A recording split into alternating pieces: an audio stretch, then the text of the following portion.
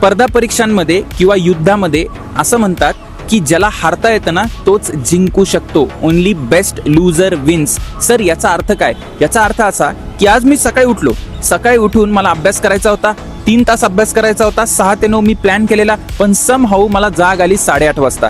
No problem at all. त्या 3 तासांनी तुमचं लगेच नुकसान नाही होणार आहे. But if you are not a good loser, तुम्ही काय कराल, 3 तासाचं ओव्हर थिंकिंग कराल. अरे यार आज माझे 3 तास वाया गेले, म्हणजे पुढचे 3 वाया जाणार, मग हे कंबाईन झाले 6, मग ते 6 अजून पुढच्या 3 वर तुमच्याला फ्रस्ट्रेशन आणणार आणि एक दिवस पूर्ण वाया गेला. एक दिवस वाया गेल्यावर दुसऱ्या दिवशी टेन्शन येणार. This is how we make a mistake. We don't know the art of losing.